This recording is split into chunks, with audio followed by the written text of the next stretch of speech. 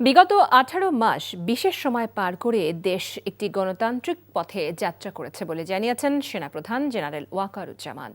ঢাকা ক্যান্টনমেন্টে সেনা মালঞ্চে ৭১ সালে যুদ্ধাহত বীর মুক্তিযোদ্ধাদের সম্মানে সেনাবাহিনী আয়োজিত ইফতার মাহফিলে এমন মন্তব্য করেন সেনাপ্রধান।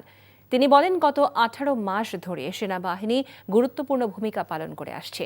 মুক্তিযোদ্ধাদের দেখানো পথেই এগিয়ে যাওয়ার প্রত্যয় ব্যক্ত করেন তিনি। পরে শহীদ মুক্তিযোদ্ধাদের স্মরণে দোয়া ও মোনাজাত করা হয়।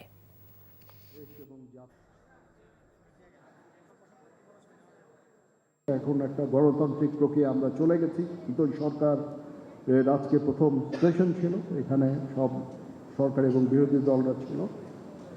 একটা প্রাণবন্ত সংসদ দেখতে পেলাম।